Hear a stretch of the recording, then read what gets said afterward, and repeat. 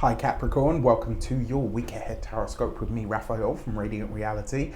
It's an absolute pleasure to have you. Thank you so much for being here. Thank you so much for joining me. Quick note, these are for your sun, moon and ascendant sign. I just want to say thank you so much for your patience while I got to you. I know you didn't get your reading last week and I know some of you were very disgruntled about it, but as I had to remind somebody via Instagram, I don't just pop to life when the camera comes on. I have an entire life outside of this work that I do, and I'm very grateful that you guys show up for me. And I know from time to time, I mean, if you've been with me long enough, you know from 2018 up until now I don't miss a beat, right? So for me to not show up, there's obviously something going on behind the camera. For those of you that love and know me and respect my space and my boundaries and all the rest of it, I appreciate you so much and it really does mean a lot. But yeah, as you can see, we've got a new location, baby.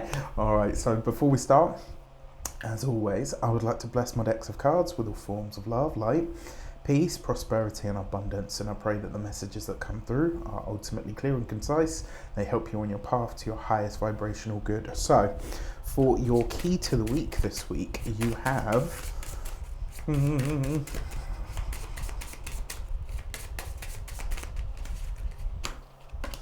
the Wheel of Fortune, right? So some shifts and some changes taking place this week.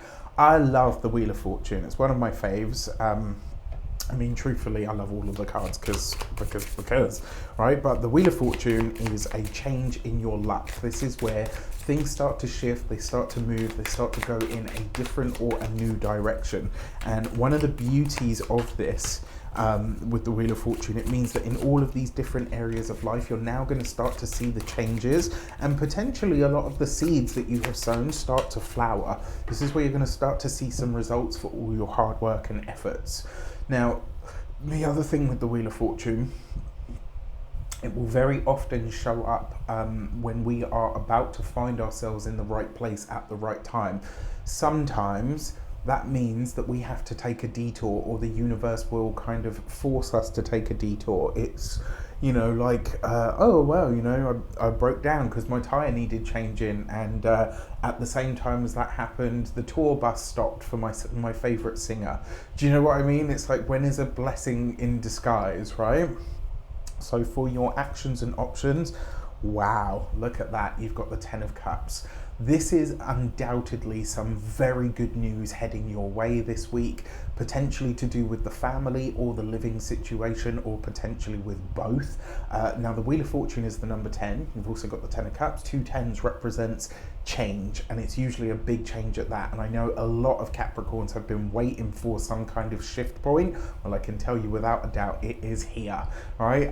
The 10 of Cups is a money card, but it's also the happy home card.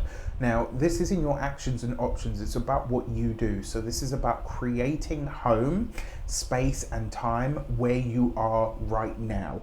It's about this week you're being encouraged to really get comfortable and acquainted with where you are, and then make goals and plans for the future. In terms of the options that are available to you, a family member could come forward this week to help or assist you in some way, shape or form.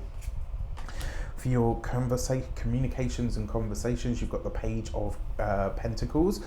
I love this card, especially for like the work sphere, because this means that this week for a lot of you, maybe you're starting to shift track when it comes to your studies or your career.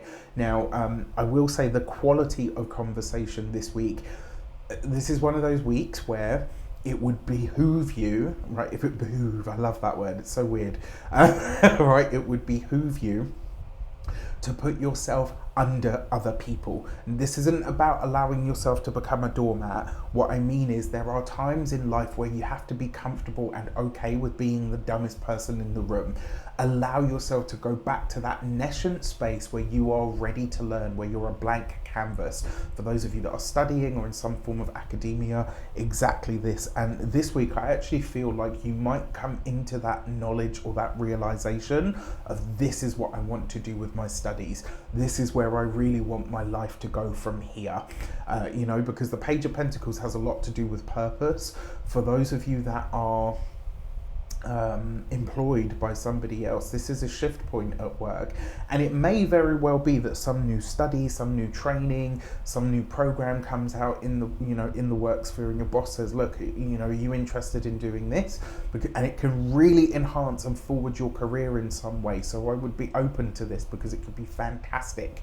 Now, when it comes to those of you that are business owners, entrepreneurs, solopreneurs, people that work for themselves, it's a similar kind of energy, only this week it's almost like you find yourself kind of at the start of something. So it's almost like you say to yourself, like, okay, well, I'm at this level with my business, and then all of a sudden you realize like there's this whole other arena of what you do where you really know nothing and you're just starting over. Isn't that exciting?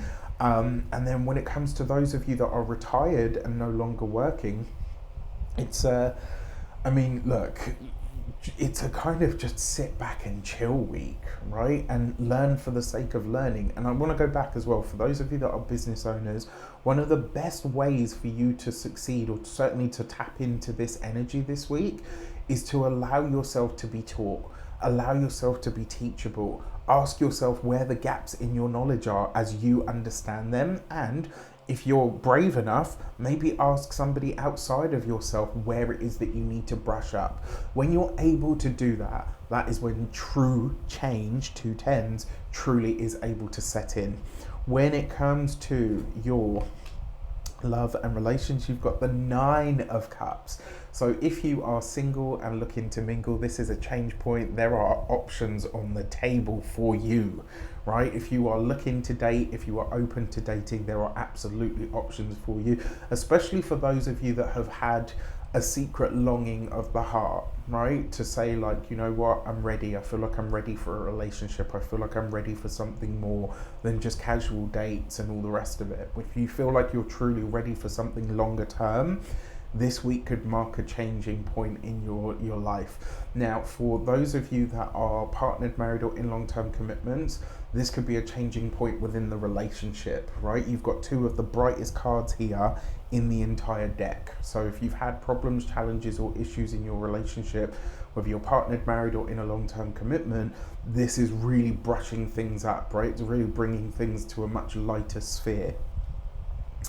And then for your money and materials, you've got the 6 of Swords. So if finances have been a bit all over the place, this week it looks like they are finally starting to regulate. That 6 of Swords is about moving away from challenging times, right? So the 6 of Swords suggests that your resources, your money is getting better. It could be as well, for some of you, maybe you are planning some sort of travel, a trip, or a journey of some kind. So that could be really nice as well.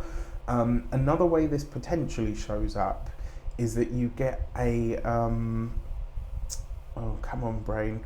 Yeah, like another way this possibly shows up, because it's the 6 of Swords, it's like when it comes to resources, you may be spending money on travel, right? Like that's where you could be putting the focus. It's like, where am I, maybe start to plan a trip, or maybe put a deposit down or something like that. For those of you that are, when it comes to your physical health and vitality, for those of you who, if your nervous system has really taken a beating of late, or for a prolonged period of time, you might find that this week it starts to finally relax.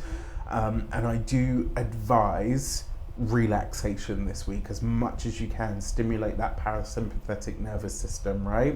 And then finally, when it comes to your home and environment, it does look like a lot of you are not really spending a lot of time at home this week. You might be very busy, and maybe pleasantly, surprised for the reason that you're not spending so much time at home. With that said, I wish you an abundance of all of that good stuff. Have a fantastic week. Let me know in the comments how it shapes up. If you want to book your personal session with me, you can do so on the link in the description box below. Take care, and I'll see you soon.